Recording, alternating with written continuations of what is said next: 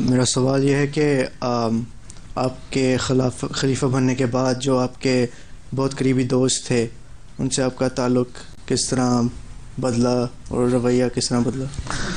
میرا تو کوئی تعلق نہیں بدلتا کسی سے.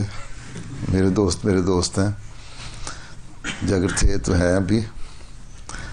ہاں اب میرے پاس اتنا وقت نہیں، لیکن میں بعضوں کے ساتھ بیٹھ کے کوئی تھوڑی دیر بیٹھ لیا کرتا تھا. لمبا عرصہ تو نہیں بیٹھ سکتا ہے، کام کی نوعیت بدل گئی، کام کی زیادتی.